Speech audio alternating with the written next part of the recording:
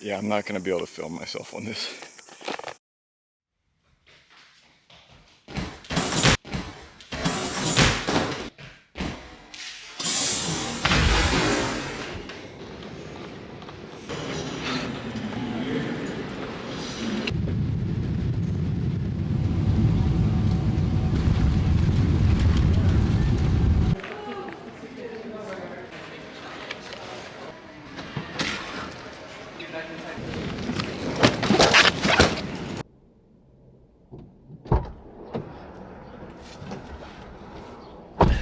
Alright, I'm in New Zealand. I feel pretty refreshed, as I always do when I'm entering a new country. I'm sure the drowsiness is gonna hit me like later this afternoon. This is my first one of these vlogs like this all by myself. I've usually done this with friends, so I don't know what's gonna happen. But I do know one thing, it's gonna be really interesting to adjust to this. My passenger seat is on the left, and my driver's seat is on the right. I'm gonna have to drive like this. Long enough, they fully pay their off. As the nature lover that I am, New Zealand has always been towards the top of my bucket list, and this past holiday season was the perfect time for me to make it happen. Upon arrival, I had a few hours to kill in Auckland, so of course I took a trip to the Sky Tower.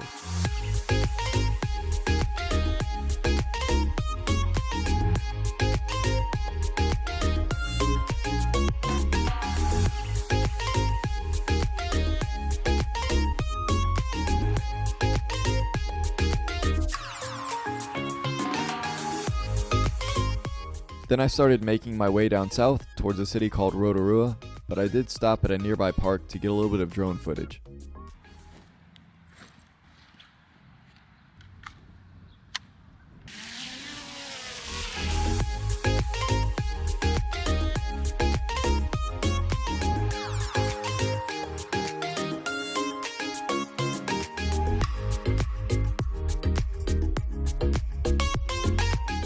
Like I said, the first day concluded with a couple-hour drive down to Rotorua.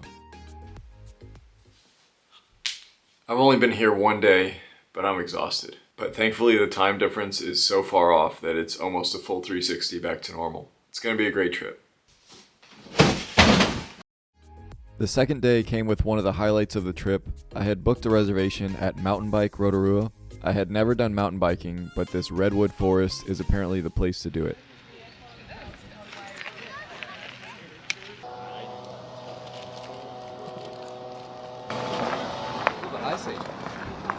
See if I can attach this to the helmet.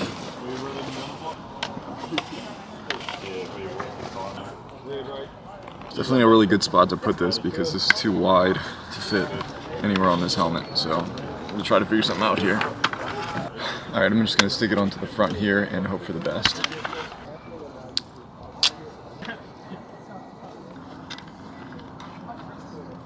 I sincerely hope that holds.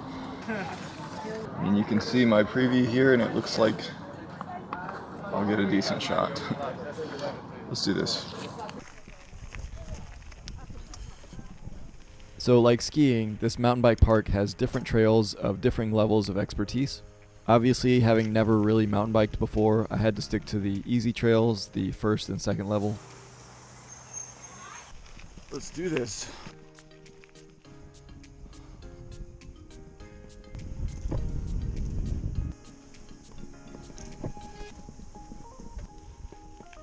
It's not bad at all. Try this one. This was another level 2 trail to keep getting my feet wet.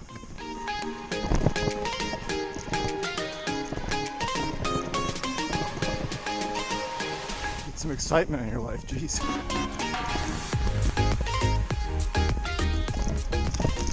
Still getting the hang of this. Feels like I'm on indoor. I'll be honest, looking back at the footage, it doesn't seem as threatening as it felt in the moment. Just all those descents and quick turns and bumpiness made me feel like I was going to fall off a few times. I don't think I want to jump into the air. I don't feel comfortable.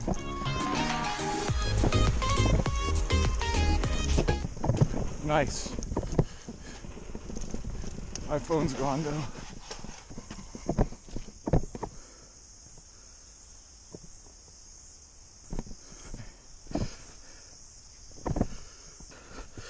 Epic. This dipper trail might have been the most fun trail of the day. There was just lots of ups and downs and I was going kind of fast. But I had the bike rented for 2 hours, so I just spent a little more time riding around the easy trails and kind of getting lost on the maps. I did eventually want to put my skills to the test before I finished and try to find a trail that was one level harder.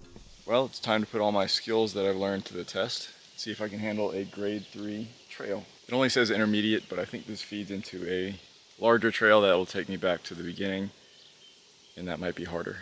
But I only have 20 minutes to get back, and I'm pretty deep into this, so we've got to get going. Good luck to me. No clue what this is going to be like. There were some kids in front of me with their family, so I mean, I got to be able to do this, right?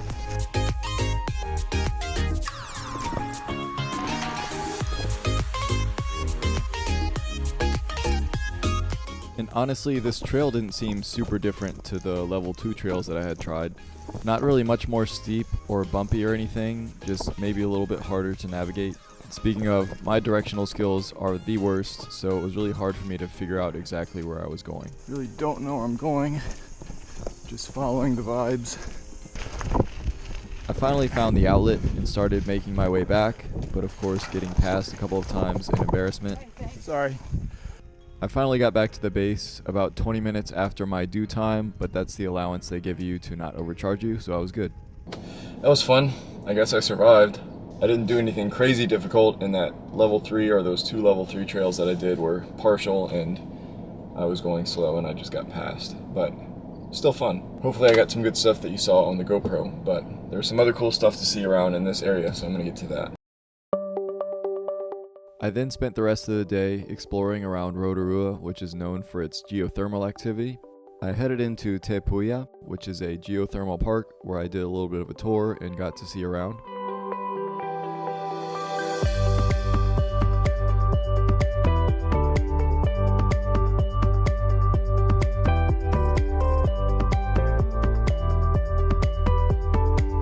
I later spent the evening taking a walk through the redwoods in a forest that I can't pronounce. And on my last night in Rotorua, I went to the lake to get some drone footage of the water.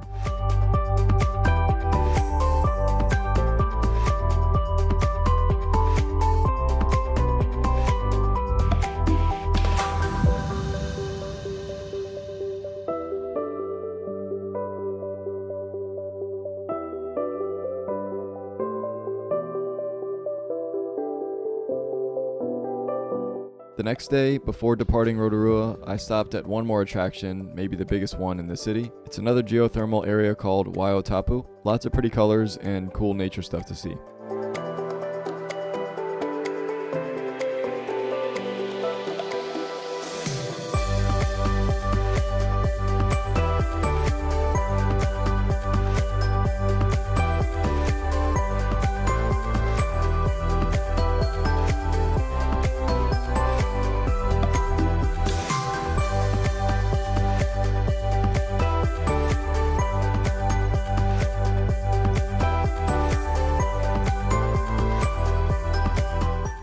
I stopped along the way in a nice little town called Taupo, which was cool to see.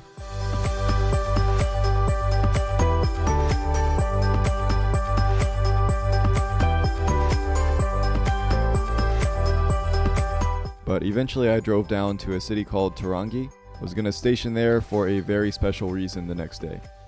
Alright, I'm like 3 days into the trip now. This is my second Airbnb. I feel pretty well rested, but also tired. I've walked a lot, I've seen a lot, and I've definitely eaten a lot. But I definitely need a lot of rest tonight because tomorrow is one of the main reasons why I came to New Zealand and one of the main reasons why I travel in general. I'm just gonna need a lot of strength, energy, and time to get it done. I'll see you then.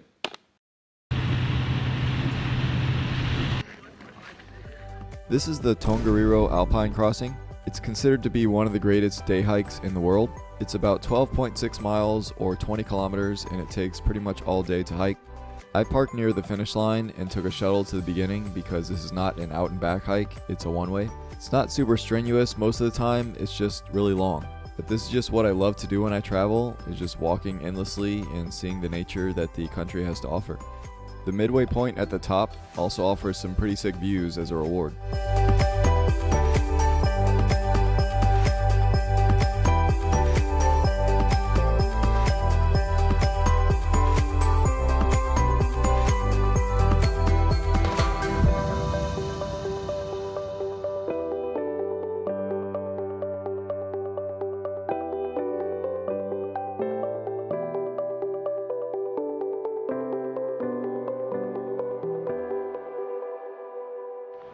Well, there you have it. That was the entire crossing.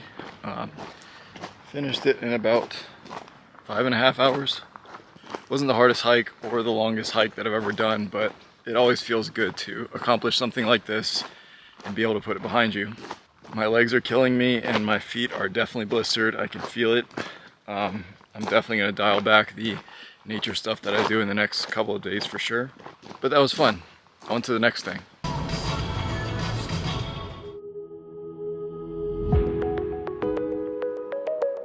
And the next thing was driving down to a small town called Wanganui to stop for the night. The next day was New Year's Eve, so I had some pretty exciting plans for the day.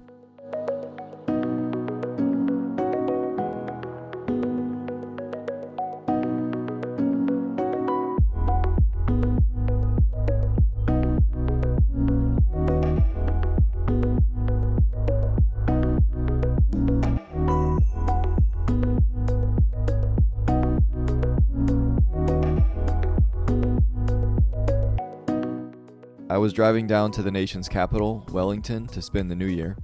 The first stop was at the Te Papa Museum, where I actually got to meet up with my TikTok friend, Here Turikoka. Hey, bro. What's up, man? Hey, man. Hey, you bro. How's it going? Good, good. We just spent a few hours perusing the museum and learning some Maori history, of which my man knows extensively about, so I got some bonus tour guiding there. And then from there, they created copies of the treaty, which were sent around to other parts, and other meetings were held, and they signed that, and it was all culminated into this one. Okay. So yeah, so then not all the chiefs signed that one particular document. We grabbed lunch at one of his favorite nearby yum cha places, which was absolutely delicious. We then grabbed some milkshakes and started walking around the town on the rainy last day of 2024. We grabbed Indian food for dinner, and then it was time to get ready to celebrate the new year. It's a good last meal of the year. Last meal of 2024.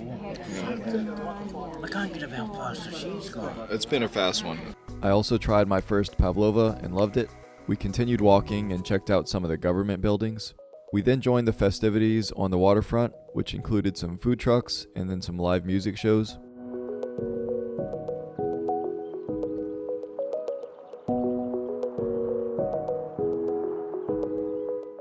Then before midnight, we gathered right at the water to get ready for the fireworks show.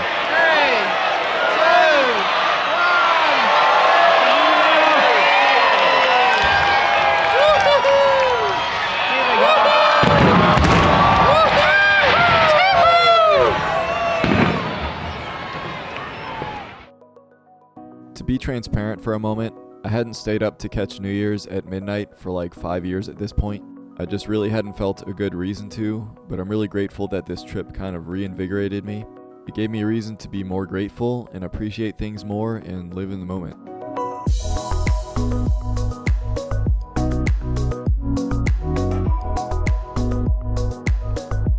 What an incredible night and start to 2025. I definitely had to get to bed quick though, because I had an early morning flight to catch. Big shout out to Here, who dropped me off at the airport and spent an incredible day with me. I'm super grateful for our time. Next up, I flew to the South Island to visit probably the most luxurious city in all of New Zealand. What's up? We're in Queenstown now. I had a little bit of an interesting morning. I got pulled over for adjusting my GPS on the road, but the cop let me go. It was all right.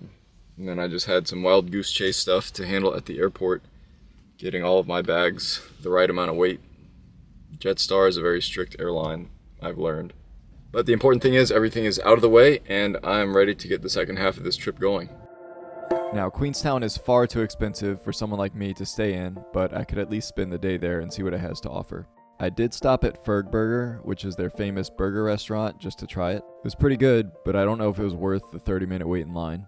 I also got to check out the waterfront, which was beautiful, which I'm finding that pretty much everywhere in New Zealand has a nice waterfront. Did lots of walking, checking out the city, and some hikes as well.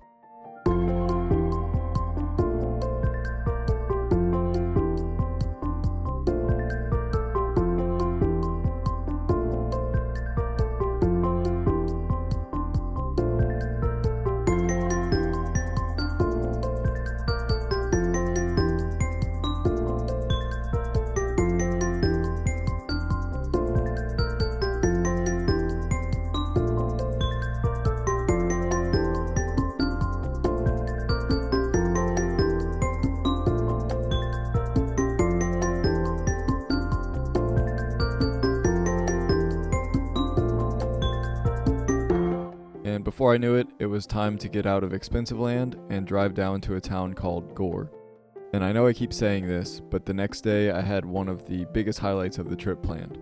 The next morning consisted of about a 4-hour drive with a couple of nature stops along the way.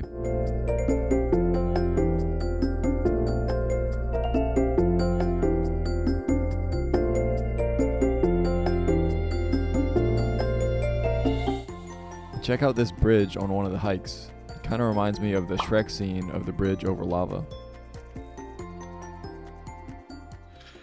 I'm on my way back now. I was just trying to do a little bit of moving around outside of my vehicle because that's about all I'm gonna get today.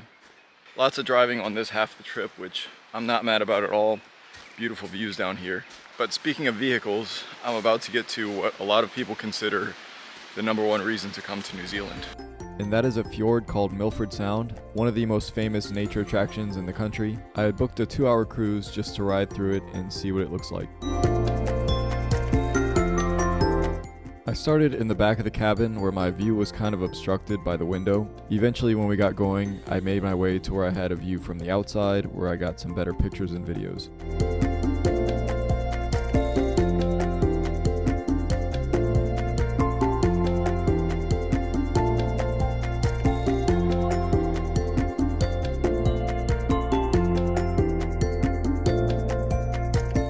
At some point, we approached a waterfall and were warned to go inside if we didn't want to get wet. Some of us didn't exactly heed that warning.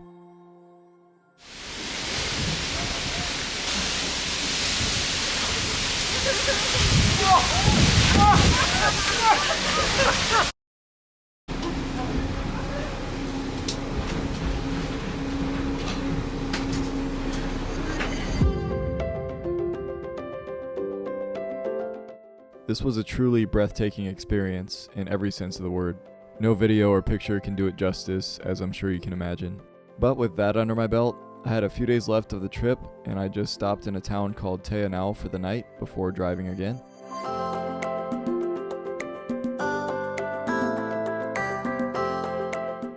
It was a roughly 5-hour drive to Lake Tekapo, but of course there were a few cool things to see along the way as usual.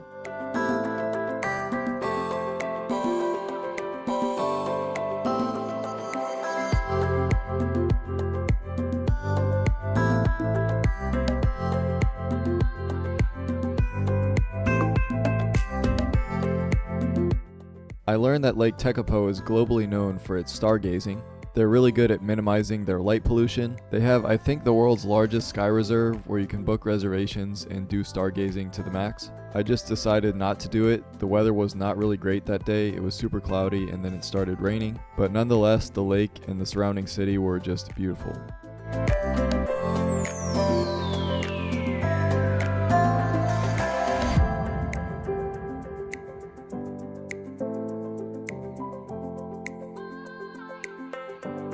The next day, I was kind of just doing laundry and I had to drive up to Christchurch because I was going to catch a flight back to Auckland. I was kind of in a rush, so I didn't get to see much that day, but my last day in Auckland I just spent walking around and exploring the city one last time.